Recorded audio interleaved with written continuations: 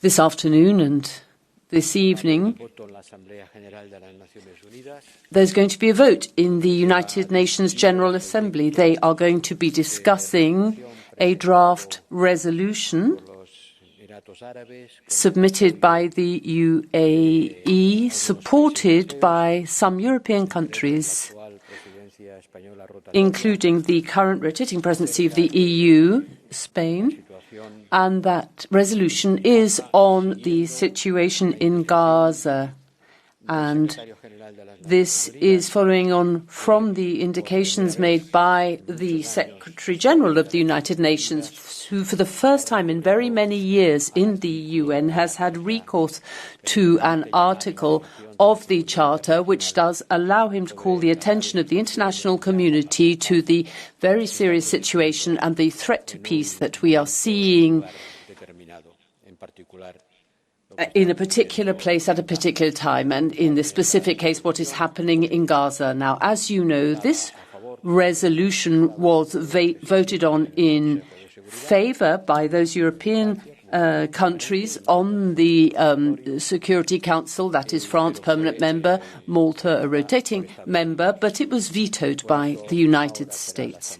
And that is why it'll be the General Assembly now of the UN that will have the opportunity to voice its opinion on that. And following on from the discussion that we had yesterday in the Foreign Affairs Council of the EU, the FAC, I think we're going to see the situation repeat itself, situation we've already been through, and that is that we'll see some European countries voting in favour, others against, others abstaining, and reflecting what is the different perspective, the different assessment by countries of the situation, based also on history, historical circumstances, the different political and cultural heritage of different member states when it comes to the situation in Israel and Palestine. But the fact is that the situation in Gaza is getting worse and worse. The number of civilians who have died or who have been injured, well, you know these numbers as well as I do from the news that we get. We are now seeing millions of people also displaced, wandering, trying to find refuge somewhere. The UN have now told us that there are no more places of refuge and that they are at the end of their tether in the area, given the lack of resources that they have. And we have heard from Foreign Minister in Germany as well. They have highlighted this situation, and the Secretary General of the United Nations himself has spoken on this, but the situation continues.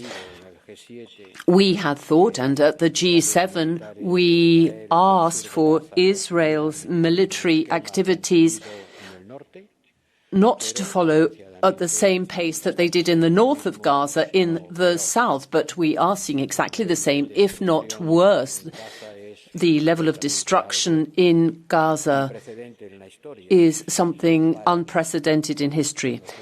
If you compare it to what happened in the German cities that were bombarded during the Second World War, and there are reports that have been published on this that say that the level of destruction that we are witnessing in Gaza is worse than we saw in Dresden, worse than Cologne, similar to what we saw in Hamburg, around 2/3 of buildings and infrastructure destroyed. The number of deaths is not a number that we know with absolute certainty, but it could be up to 20,000. And as I have said on a number of occasions, this horror cannot be justified by the horror that was visited on Israel by the Hamas terrorists against those kibbutzim close to the Gaza border. And all I can do is recommend that you please read the letter from Felipe Lassaini on the 7th of December. Well, the data in that is sadly out of date now, but it explains what the humanitarian situation in Gaza is, and nobody can explain better than the head of UNRWA what the situation is, or Filippo Grandi that we have seen explaining what the situation is at the moment. I believe that there must be another way of fighting Hamas. Morally speaking, there has to be an alternative to the death of so many innocent people, including so many dead children. There has to be an alternative. Unfortunately, what we are seeing is not something that we can justify. You can't justify it from the point of view of the need to wipe out Hamas because of the high cost that it is having in human lives and in the level of destruction. And it's not just human lives that have been lost through bombardment, but through the living conditions imposed by the blockade. And so the Secretary General of the United Nations has raised his voice and has written and has called on the Security Council to give their views on the matter. Now, you may or may not agree with the content of this call for action from the Secretary General, but I think what you cannot say is that in doing so, the Secretary General of the UN has become a threat to peace himself. You cannot reproach him for it, or you cannot say that he is working in favor of the Hamas terrorist group. These are statements that have been made, and I reject them outright. You can be for or against. You can vote for or against. Even here in the European Union, we do not have a unanimous position on this. But what you cannot do is say that the Secretary General of the United Nations is not qualified to do that, because then you are disqualifying the United Nations as a fundamental body which fights for peace and stability in the world, which works for those. Those attacks are totally unjustified. And I think it falls to us in our honour to defend the Secretary General. As I say, I completely understand that you can disagree with what it is that he is suggesting. I completely understand that. But what you cannot do is say that he should not be doing it. As I say, there are people for and against. There's going to be a vote in the United Nations General Assembly. And, of course, foreign policy falls to each member state. And we do not have a common position yet. I have not been in a position to build that yet. And so we follow what the views are of our different member states. But we do have to preserve the United Nations as a fundamental part of the multilateral system world war, something that we defend, and on the basis of which we are trying to build a world in which we remove force as a way of resolving conflict. Now, we heard about this yesterday in the Foreign Affairs Council. We discussed it. We discussed how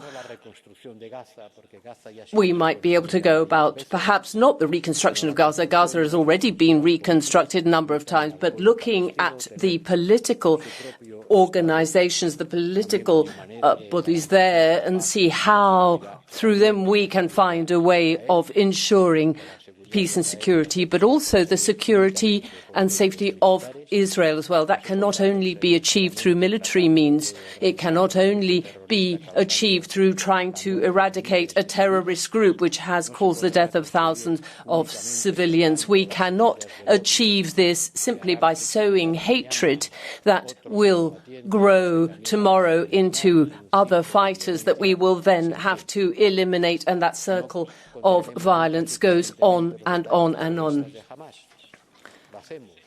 We have condemned the actions of Hamas. We are calling for the release of all the hostages. We have to have a balanced solution to the problem, and at the moment what the most important thing is to avoid any more human deaths and to get underway a political solution to this conflict.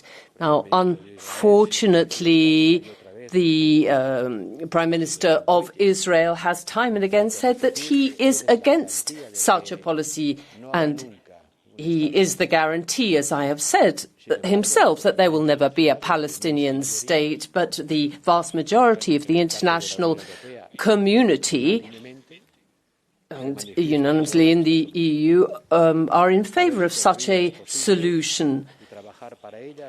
Now, whether it is possible and to work towards this is going to be the greatest commitment of the EU at present and ahead, and that is why we have to speak out firmly against the further expansion of settlements, which is against the resolutions of the UN, these settlements in the West Bank, and we also have to try to stop the violence, not just in Gaza, but in the occupied Palestine territories as well. So I would call on you, please, to have a discussion that goes beyond the understandable and the inevitable emotion that we are all feeling at the moment. But we have got to go beyond that. We have got to try to find a way that reasonably we have to try to find a way of building peace after all these years of war. Thank you very much indeed. Dankeschön.